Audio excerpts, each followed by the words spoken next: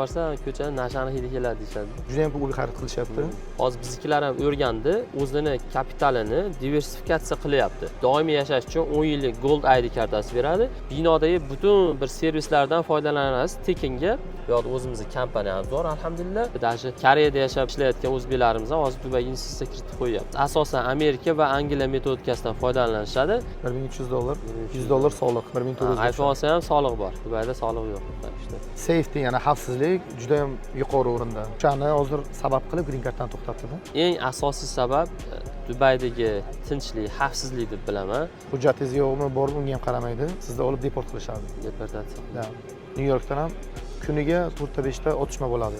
Yo o'g'irlik bo'lishadi, yo otishma bo'ladi. Yana o'zini hayotidan qo'rqyapti-da. Uni uni cho'nchagida pichoq bo'lishi mumkin, to'pponcha bo'lishi mumkin. $200,000 dan $200 million bor. Amerika bilan Dubayni raqobat qilsak, Amerika Dubay bilan raqobat qila olmas ekan. Qalay Nyu-Yorkda? Yaxshi aka. Nyu-Yorkka borsa, ko'chani nashani hidi keladi deyshadi. So'ramang, har joyda har blokda nashan hidi bor u yerda. Sizda qanday bo'lyapti Dubayda? Uylar sotilyaptimi? Zo'r, sotilyapti. Bozor yaxshi, bozor katta.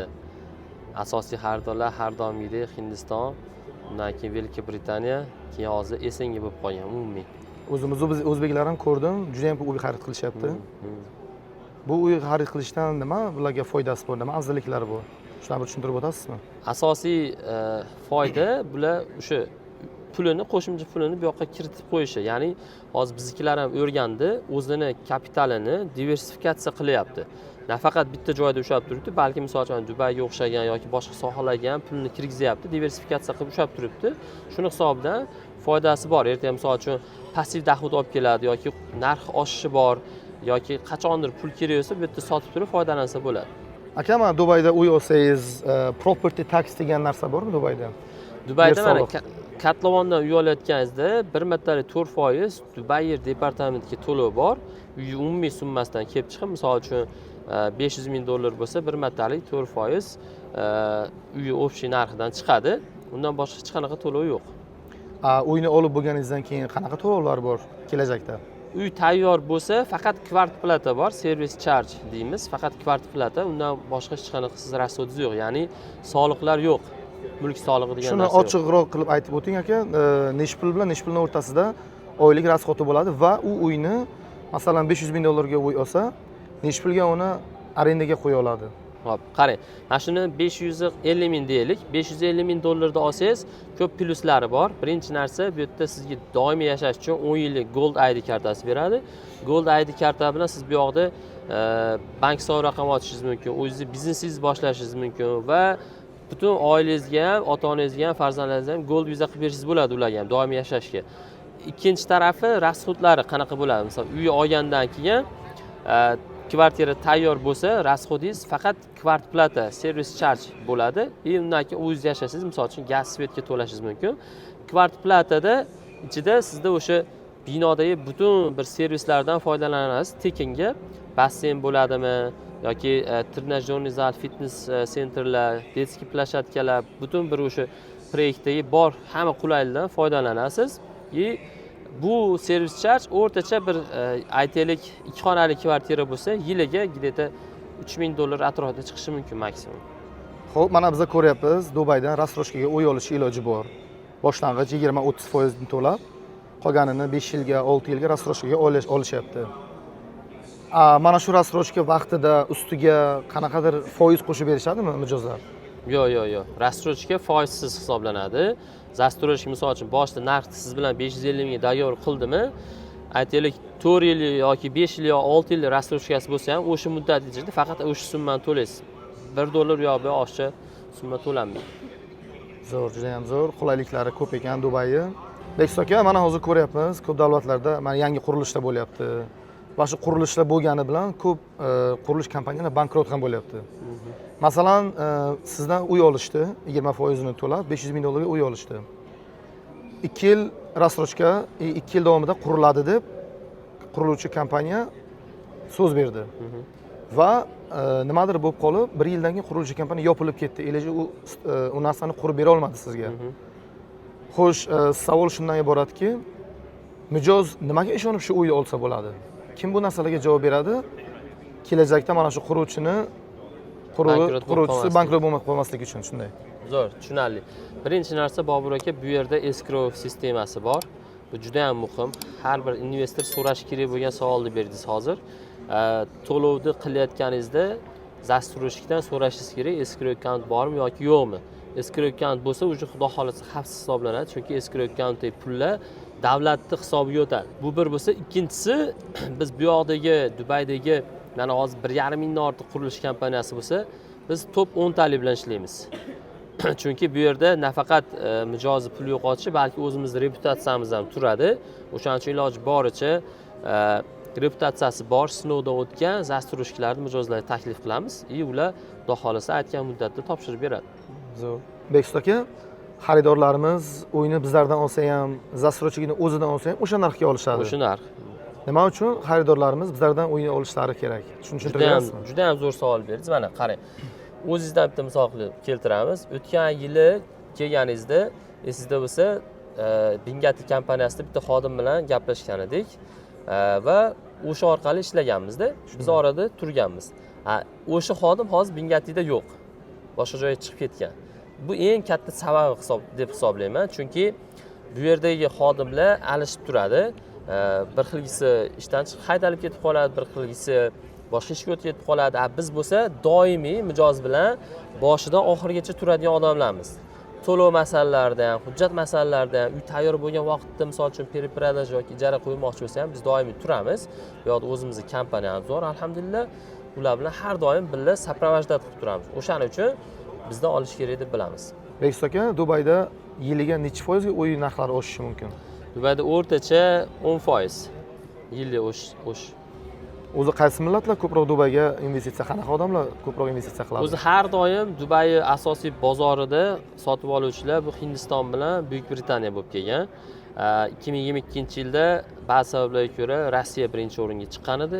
Hozirgi vaqtda butun SNG o'zi top 5 talarda turadi Dubaydan uy olish bo'yicha. Undan tashqari hozir mana Xitoy kirgan bozorga, Eron avvaldan hozir ham juda ko'p massiv darajada oladi. Turkiya bu yoqda, Yevropa bularni Dubayga kirishi bor bozorga. O'zbeklarimiz ham qanday o'zi borishyapti? Yaxshimi uy olishlari? Juda ham yaxshi. O'zbek mijozlarimiz, misol asosiy O'zbekistonda yashaydiganlar bo'lsa, bu yoqda Amerikada yashaydigan o'zbek mijozlarimiz bor, Yevropada yashaydigan o'zbek mijozlarimiz bor, Rossiyada, даже Koreyada yashab ishlayotgan o'zbeklarimiz ham hozir Dubayga investitsiya kiritib qo'yapti. Sizga masalan aloqaga chiqishsa, dunyoni xohlagan burchagidan uy olib bera olasiz. Albatta. Bekzod aka, Amerikaga borish bir orzu. Lekin Amerikaga borib 10 yil, 15 yil yashaganlar Dubaydan kelib investitsiya qilishyapti. Bunga nima sabab deb o'ylaysiz? Eng asosiy sabab Dubaydagi tinchlik, xavfsizlik deb bilaman. Ikkinchisi Dubaydagi soliqlar. Dubayda soliq yo'q. Menimcha Amerikani siz juda ham yaxshi bilasiz, qanaqa soliqlar bor. Dubayda yo'q. Men aytaylik, uy sotib olayotganingizda bir marta 4% Dubay departamentiga to'lov bor, undan keyin siz hech qanaqa to'lovingiz yo'q. Mulk turibdi, mulk solig'i degan narsa yo'q. Yoki ijaraga berdingiz, ijaradan daromad solig'i yo'q. Qayta sotyapsiz, capital gain tax unaqa narsalar yo'q. O'shaning uchun ular bu yoqqa kiritib qo'yapti. Shu mulk bo'lib turadi. Aytaylik, bir xilga odamlar bor, ijaraga qo'ysam, qo'ymasam turaversin, o'zim borganda yashab turaman deydi. Shu bu yoqda mulk bo'lib qoladi ularga. Boyagi narsa asosiy bu yerda xavfsizlik, soliqlar yo'qligi. Zo'r. Dubay maktablari, bog'chalari haqida ma'lumot berib o'ta olasizmi? Masalan, men uy oldim, Dubayga kelib yashamoqchiman. Shuni qulaylik taraflarini aytib o'ta olasizmi? Albatta, boya aytganimizdek, men misol uchun birinchi 10 yillik Gold Visa masalasi, Gold Visa olganingizdan keyin butun oilangizga ham qilib bersangiz bo'ladi, ayolingiz, farzandlaringizga va u bu yerda sizni doimiy yashashingiz, ishlashingiz yoki farzandlarning o'qishini ta'minlaydi, asosiy hujjat bo'lib beradi. O'qish maktablar juda ham yaxshi deb bilaman. Metodikasi asosan Amerika va Angliya metodikasidan foydalanishadi, lekin bu yerda o'zini urf-odatlarini ham chetga surib qo'ymagan. Mana misol uchun bizni bu yerda farzandlarimiz o'qishadi. Haftada darsliklar bor, o'sha arablarning o'zini yashash tarzini o'rgatadigan darsliklar bor. Umra amallarini o'rgatadigan darsliklar bor yoki qo'shimcha arab tili kurslari bor. Bular hammasi bepul. Zo'r aka, misol men necha yildan beri Amerikada yashayman. Meni bolalarim ingliz tilida gapirishadi. ertaga biza Dubayga yashashga kelsak, bolalarni maktabga qo'ysam, u yerda ingliz tili bormi o'zi? Ha, Yo yo'q. arab tilida o'rgatishadimi? Yo, ingliz tilida. Qiynalishmaydi. Bu tarafdan muammo yo'q. Mana bizning hozir katta farzandimiz maktabga chiqyapti, ingliz tilida gaplashadi. Arab tilini endi sekin o'rganyapti. Zo'r, zo'r. iPhone nechi bilan Amerikada? $1200. 17 Pro Max. $1300. $100 soliq. 1400. iPhone olsa ham soliq bor. Dubayda soliq yo'q. Tak işte. Dubayga kelganingizda barsetkingiz qayerdadir qolib ketdi sizni. Shunday. Qayerda qolib ketdi? Dubay Mallda. Dubay Mallda. Qancha vaqt? Bir kunlar turib qoldi. Ha. Biror narsa yo'qoldi? Yo'q, bordim. O'sha qoldirgan joyimga, o'sha do'kon egasidan so'radim. Aytdi, mana bir kun oldin men kelib, shu yerda ovqatlanib ketdim. U aytdi, kamerani tekshirdi, qarashdi bu men va bassetkamni qaytarib berishdi. Shunisiga qoyil qoldim. Dubayda safety, ya'ni xavfsizlik juda ham yuqori o'rinda. Barsetga nima bor edi o'zi? Barsetkada telefonim, pulim bor edi. Ha. Hammasi ishlab turgan edi. Ha, zo'r. Yaqinda afsus adashmasam o'zbek yigit otishmada halok bo'ldi. Student ekan, xabaringiz bo'lgan bo'lsa. Unaqa aytibsiz. O'quvchimi kollejdagi? Universitetdagi. Juda achinarli edi. O'shani hozir sabab qilib green carddan to'xtatdi-da. Ha. U nima otgan odam chetdan keyin green karta bilan kelgan ekanmi? Green card bilan kelgan o'yi, mana boshqa millatni bunaqasi polyagmi shunday bo'lsa kerak demadim. Katta sabab bo'libdi-da bu endi to'xtatishga. Endi bahona. Hozir Trump har bir narsani juda ham qattiq olgan. Sababi nimaga desangiz, ko'p immigrantlar kirib keldi-yu, unaqa 2020-2021 yil Jo Bayden davrida. Juda ham ko'p prestupniy odamlar ham kirib kelgan. Narkotik sotuvchilari. Hozir mana shularni hammasini qattiq tekshiryapti. ICE agentlarini qo'ygan. Agar siz nimadir narusheni qilsangiz, Amerikada farqi yo'q, kattami, kichikmi? Hujjatingiz yo'qmi, bormi, unga ham qaramaydi. Sizni olib deport qilishadi. Deportatsiya qiladi. Bu narsani juda ham qattiq ushlagan. Hozir mana Trampni men bir-ikki gaplarni eshitganman-da. Washington poytaxtda yurish ham xavfsiz emas ekan-da u yoqda. Shunday. Amerikada prestupность уровени juda ham yuqori. Mana oddiy Nyu-Yorkka kelsak, Nyu-Yorkda ham kuniga 4-5 ta otishma bo'ladi. Har kun bitta anaqa bor. Qanday aytsam sizga? Yo inson o'ladi, yo yaralanadi. Tragediya bor. Tragediya bor.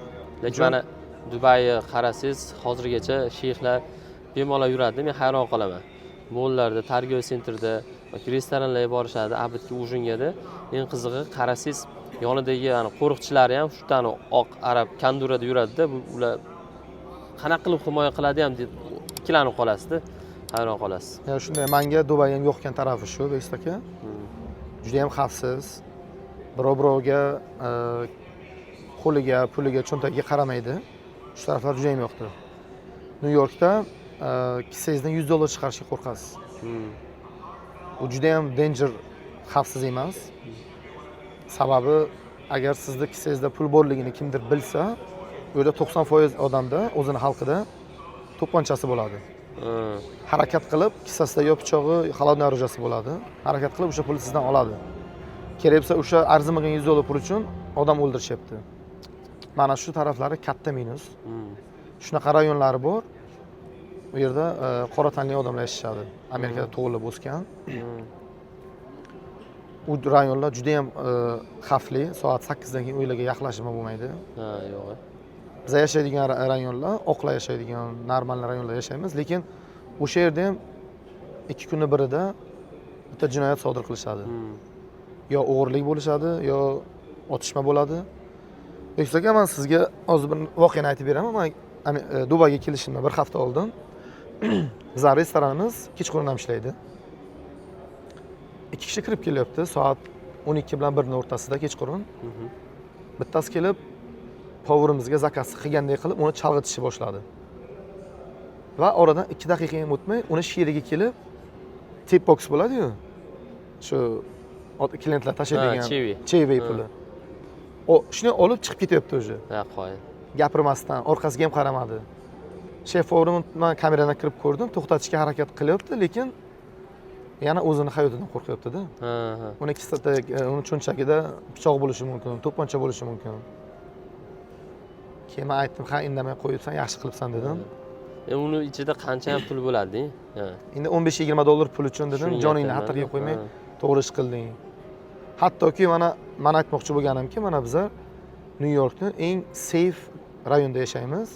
O'sha safe rayoni ham ba'zi paytlarda danger bo'ladi ekan. Ha, xavfli. Xavfli bo'lib qoladi. O'shanga mana men keldim Dubayga, ko'ryapman. Kechqurunlari chiqaman aylanishlarga. Bemalol. Bemalol. Hech kim bilan ishi yo'q. To'g'ri. Hech kimga qo'pol gapirmaydi. Odamlari juda ham yaxshi. Hayotdan zavq bilan yashashar ekan.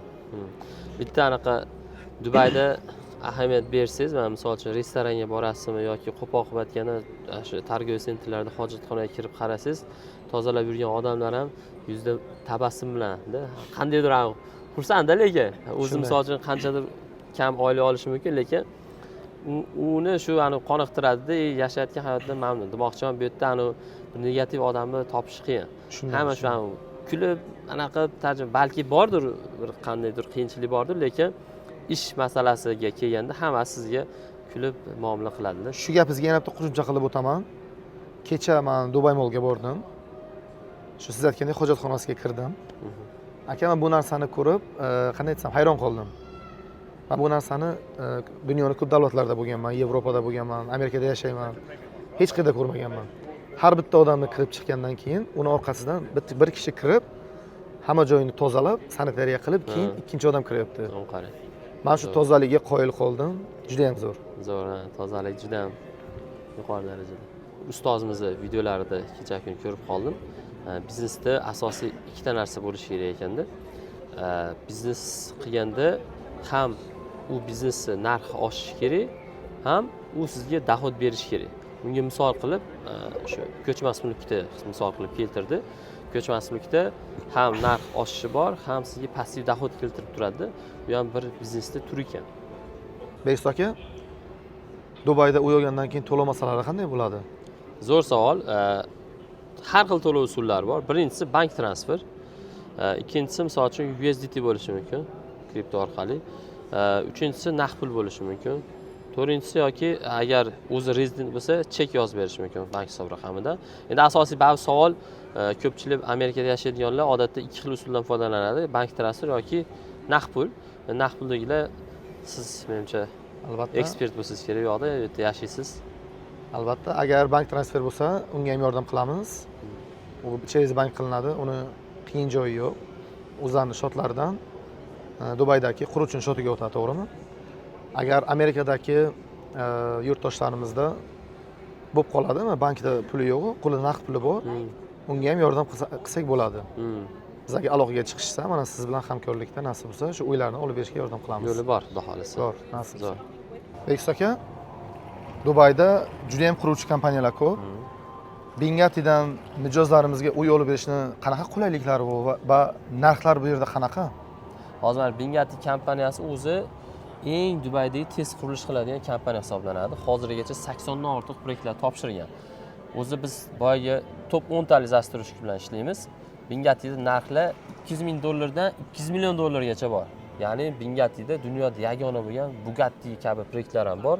Ultra lyuks hisoblanadi. Shuning uchun mijozlarimiz xohishlaridan kelib chiqib, xohlagan tipdagi variantlar qilib beraveramiz. Zo'r.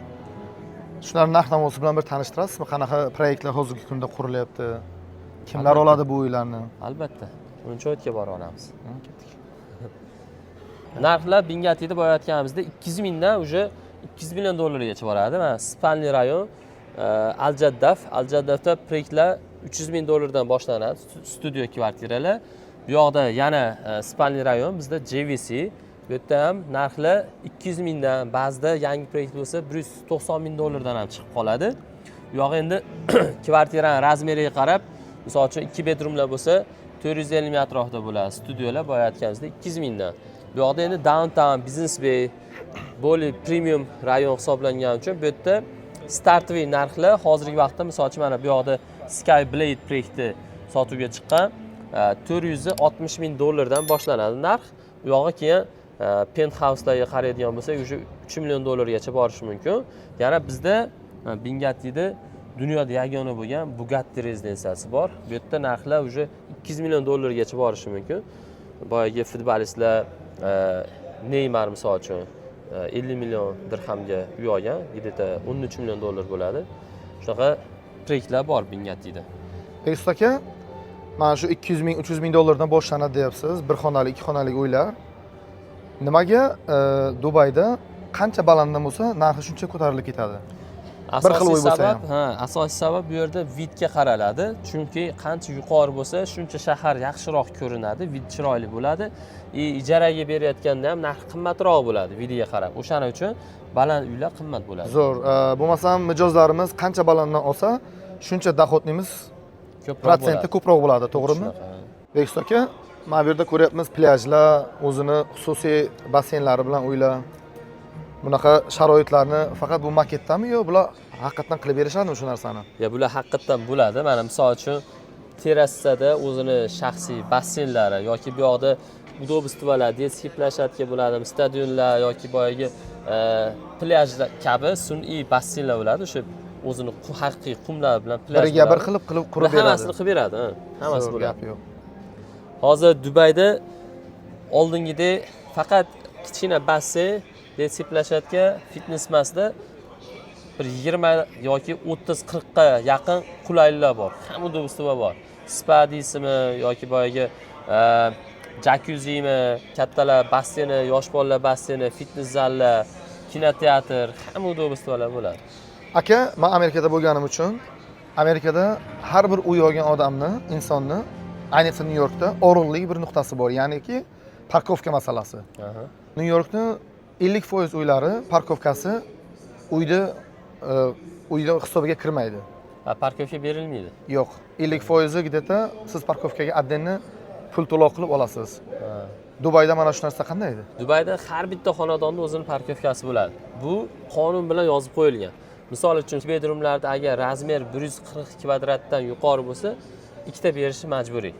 Застройщик bo'yinda bo'ladi, o'sha uyga narxida hisoblanadi. Parkovka uning narxiga qo'shilgan. Xuddi shunday bo'ladi. Addini to'lov qilmaysiz. Yo'q. Zo'r. Xuddi shunaqa ichida bo'ladi. Bekzod aka, Bengattida bironta qurilayotgan uylari qurilishi to'xtab qolgan paytlari bo'lganmi? Yo'q, Bengattida umuman birorta proyekt ham to'xtab qolmagan. Ularda o'zi 3 ta 0 degan bir anaqasi bor, tochkasi bor. Sababi birinchisi biror marta ham Dubay departamentiga shikoyat tushmagan. Biror marta ham birorta proyektni atmen bo'lib qolib ketmagan, birorta proyektni zadeshki bo'lmagan. 3 ta 0 degan nimasi bor. Ya'ni 000 hech qanaqa bir proyektni atmen bo'lib qolmagan yoki jalbi tushmagan. Zo'r. Zo'r. Masalan, bizlarning mijozlarimiz bizga chiqishsa-yu, Bengatti emas, boshqa kompaniyalardan ham uy olib berishga sharoitlarimiz bormi? Xohlagan kompaniyasidan, Dubaydagi xohlagan proyektni olib beramiz. Faqat undan oldin o'zimiz mijozlarga tavsiya qilib ketamiz. Mana buni olsangiz yaxshiroq, bundan farqi bor deb o'zimiz ularga biz tavsiyalarimizni berib ketamiz. Xuddi o'zimizga olgandek ularga ham tanlab beramiz. Zo'r aka. Bekzod aka, bizlarning boshqa realtorlardan nima farqimiz bo'ladi Amerikadagi mijozlarimiz uchun? Shuni tushuntirib ketasizmi? Bizni eng asosiy farqimiz bu qadriyatimizda. Biz kompaniyadagi hammaga qadriyatni tushuntiraman birinchi o'rinda, ya'ni mijozga bir narsa berayotgan bo'lsang, avvalo o'zingdan so'ra, shuni o'zingga ravo ko'rasanmi yoki yo'qmi? Ravo ko'rsang, xo'p, o'shini ber. Bu bir bo'lsa, ikkinchisi biz mijozga A dan Z gacha bo'lgan hamma xizmatni qilamiz. Va bizga ko'pchilik chiqadi, undan uy oldim, bundan uy oldim, to'lovlarga qiynalayman, yordam berib yuboring, hujjatga qiynalayman, yordam berib yuboring, soch yordam berib yuboring deb boshqa realtorlardan olgan mijozlar bizga keladi-da. Biz ularni ham muammosini hal qilishga harakat qilamiz. Demoqchiman, biz mijozlarni hech qachon tashlab qo'ymaymiz. Dakansi ular bilan Xudo xolasa birga bo'lamiz. Inshaalloh. Bekzod aka, mana yil oxiri ham kelib qoldi. Bundan keyin mijozlarimizga 2026-yilga nimalarni taklif qila olamiz? 2026ga yangi proyektlar sotuvga chiqadi, Xudo xolasa. Imенно Bengattida Mercedes-Benz degan bitta proyekti bo'lgan va bu yerda narxlar juda ham baland bo'lgan. Hozir yanvardan Dubayda, ya'ni butun bir o'rta sharqda birinchi marta Mercedes-Benz shaharchasi qurilyapti. Bu yerda bu kabi proyektlardan bir 10 tacha bo'ladi. Sotuvi 14-yanvardan boshlanadi. O'shani mijozlarga taklif qilamiz, Xudo xolasa. Lokatsiyasi Burj Xalifaga 10-12 minutlik masofa. Juda ham yaxshi rayon. Zo'r. Bu Mercedes-Benz shaharchasini uylarini bizlarda narxlari bormi? Hozirgi Taxminiy kutilayotgan narxlar. taxminiy narxlari agar studio kvartirasi bo'lsa 1.300.000 dirham atrofida, 1 bedroom bo'lsa 2.100.000 dirham atrofida kutilyapti narxlar. Ya'ni agar 2 million bo'lsa dollarda 540 ming atrofida bo'ladi startli narx. Bekzod aka, Mercedes-Benz shaharchasida yangi uylar qurilishini aytib o'tdingiz.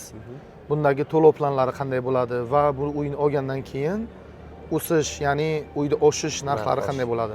To'lov plani juda ham oddiy. Birinchi o'rinda bron qilishimiz kerak. 11 ming dollar bilan bron qilib olsak bo'ladi. Keyingi to'lovlari rassrochkasi bor. Misol uchun proyekt 2 yilda tayyor bo'ladigan bo'lsa, 2 yilda bo'lib kvartalni qilib to'lasa bo'ladi. Narx oshishi menimcha juda ham yuqori bo'ladi deb bilaman. Sababi bu butun bir O'rta Sharqda birinchi proyekt Mercedes-Benz shaharchasi bo'lyapti va birinchi zapuskda narxlar arzon bo'ladi. Shuning hisobidan kapital bo'lmadigani bir 30-40% oshishi kerak. Xo'p, Bekzod aka, biz hozir shu 20% to'lov haqida gaplashdik. Agar mijozimizda 20% emas, 80% puli bo'lsa, masalan, uyimizni turish narxidan 80% ni to'lasa, nima foydasi bor mijozga shu narsani? Avvaldan 80% mi? Avvaldan 80% Avvaldan 80% to'lasa, yaxshigina chegirma olib beramiz. Xohlagan застройщикdan, misol uchun agar boshlang'ich 20% emas, ko'proq to'layman desa, skidka olib bersak bo'ladi. Ya'ni 10% ni to'lasa, uyni o'zi narxiga oladi. Qancha ko'p boshlang'ich to'lovini to'lasa, shuncha ko'p skidka olishadi. Zo'r. Shunaqa bo'ladi. Dubaydagi ko'psi to'lov planlari 60 ga 40, to'g'rimi?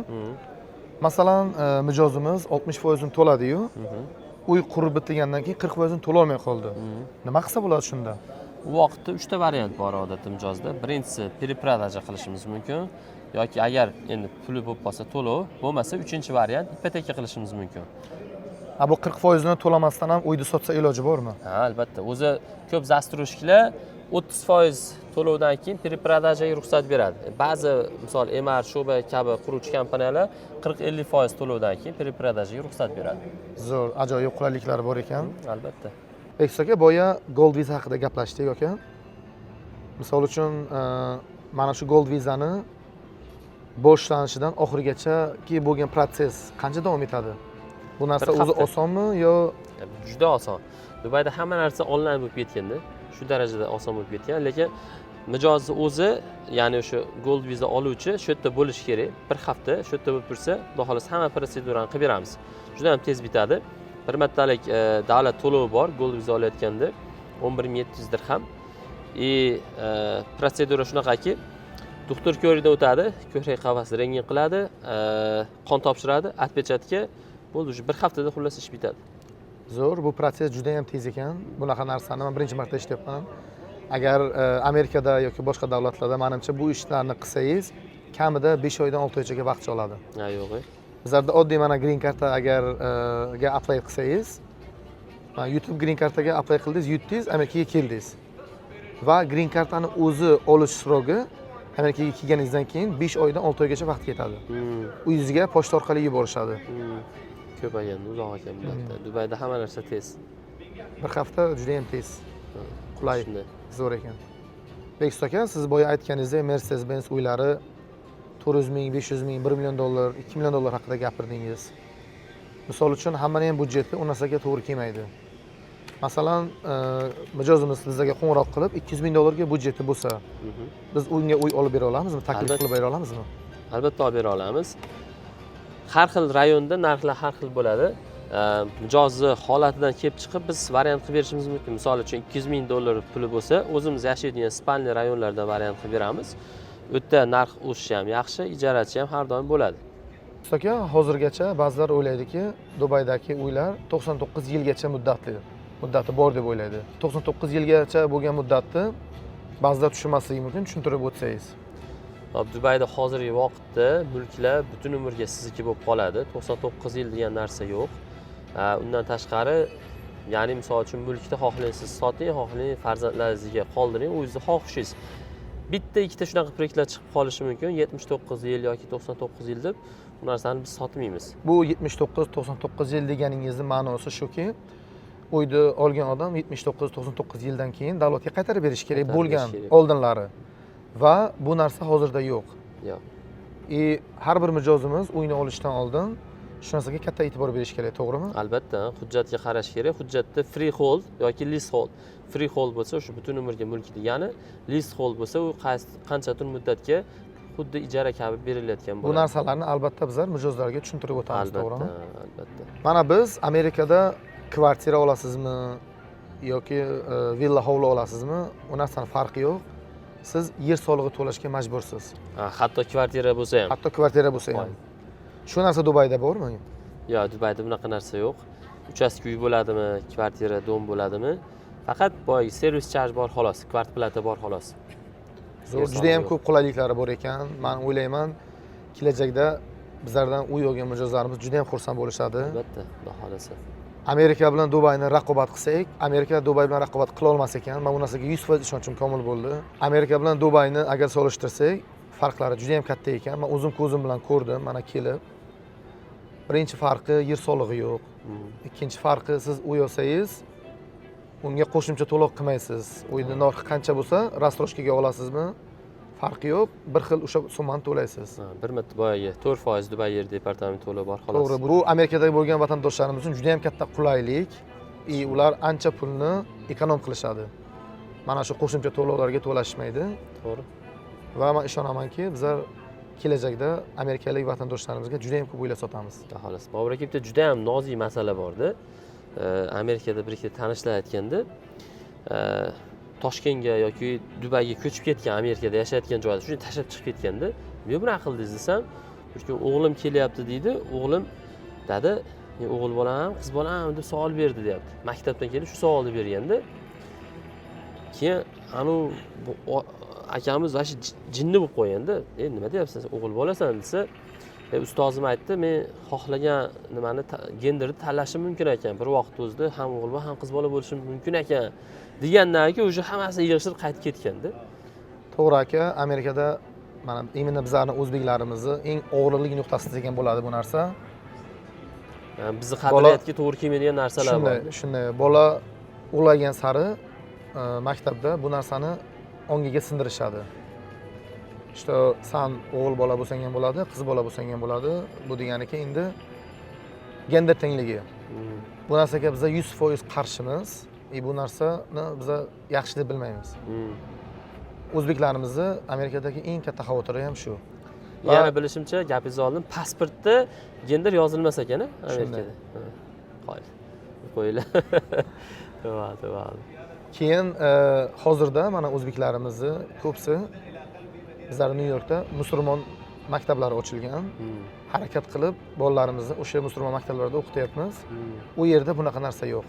Zo'r. Bu narsa siz aytgan narsa gender almashuvini o'rgatadigan maktablar Amerikani o'zini davlat maktablari. Shaxsiy maktablarda u narsalar yo'q. Bobur aka, mana o'tgan yili sizga Bugatti Skyrise'dan olganmiz. Qurilishini ko'rib turibsiz, ancha ko'tarilib qolgan. Endi bu tomoshabinlarga ayting, nima uchun bizdan olish kerak, mana siz yoki biz orqali nima uchun olish kerak? Xo'sh, birinchi muhim sababi bu lokatsiya, joylashuvi. Ikkinchi muhim lokatsiya, mana men xaridor bo'lib turib, mana shu binomizni to'g'risidan mana shunaqa 18 qavatli binoni qurilishini bilmagandim. Va bu ma'lumotni siz menga berdingiz va siz menga aytdingizki, 31-etajdan olsak, bu binodan baland bo'ladi va Burj Xalifaga prямой vid bo'ladi. To'ppa-to'g'ri. Bu narsani plyuslarini siz menga tushuntirib berdingiz. Kelajakda yaxshi kapital olib kelishini. Xuddi shunday. Mana shu foydali taraflari bor. Xuddi shunday. Ya'ni biz mijozlarga nafaqat binoni proyekt sotamiz, balki uni atrofini ham tushuntirib beramiz. Misol uchun, bularga agar 10 yoki 20-etajdan olganimizda Burj Xalifaga vida to'silib qolish ehtimoli bor edi, chunki bu yoqda 20 etajli proyekt tushyapti. Shuni hisobidan 30 ta tepasida olganmiz. Shu bemalol Burj Xalifa va shaharni to'liq vida bo'lsin deb olganmiz. Rahmat. Rahmat kattakon. Xudo xolasa New Yorkdagilar, butun Amerikadagilar, Dubay uylari bo'yicha nima savollar bo'lsa, mana Bobur akamga aloqaga chiqinglar. Biz ham har doim svязda bo'lamiz. Uyni onlayn sotib olsanglar ham bo'ladi. Ofisga borib, Bobur aka siz bilan bemalol gaplashishlar. Hamyurtlarimizga qo'limizdan kelgancha halol yordam berishga va'da qilamiz. Sog' bo'linglar.